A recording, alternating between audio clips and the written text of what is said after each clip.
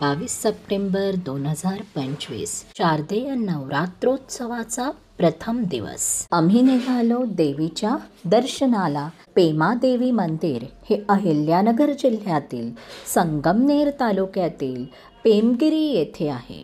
गड किल्ल्याकडे जाताना वाटेत हे मंदिर लागते. ह्या मंदिराला पेमादेवीचे पुरातन मंदिर म्हणूनही ओळखले जाते.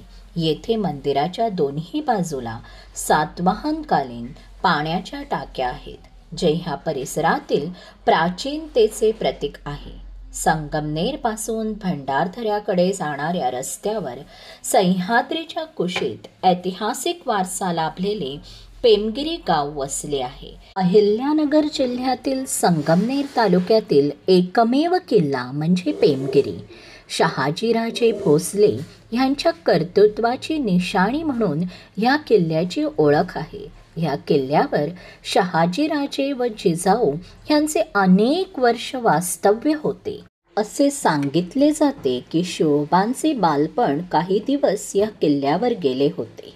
ह्या मंदिराच्या गाभाऱ्यात देवीची सशस्त्र अशी मूर्ती आहे. मूर्ती शेजारी देवीचा मूळ तांदळा आहे.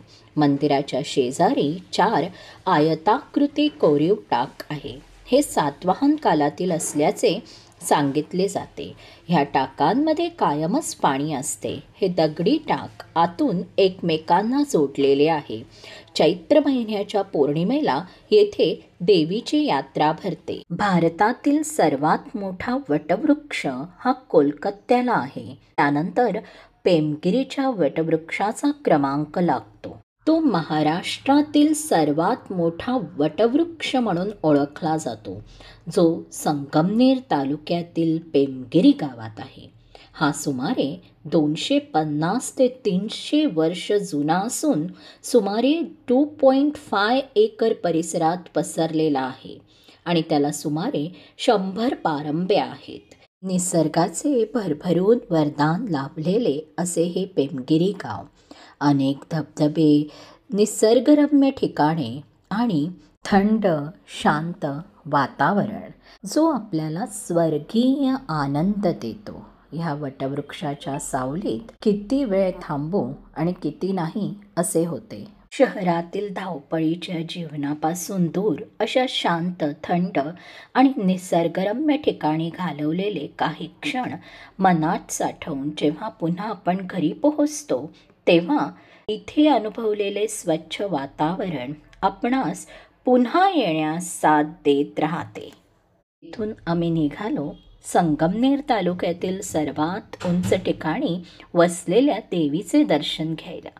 शिरसगावची देवी. डोंगराच्या माथ्यावरून दिसणारे नयनरम्य दृश्य आणि शांत वातावरण मंत्रमुग्ध होऊन डोळ्यात साठवले. देवीचे दर्शन घेतले आणि मंदिराच्या समोर 100 वर्ष वय असलेल्या चाफ्याचे झाड पाहिले. इतके भव्य, दिव्य, सुंदर असे हे एकमेव चाफ्याचे झाड.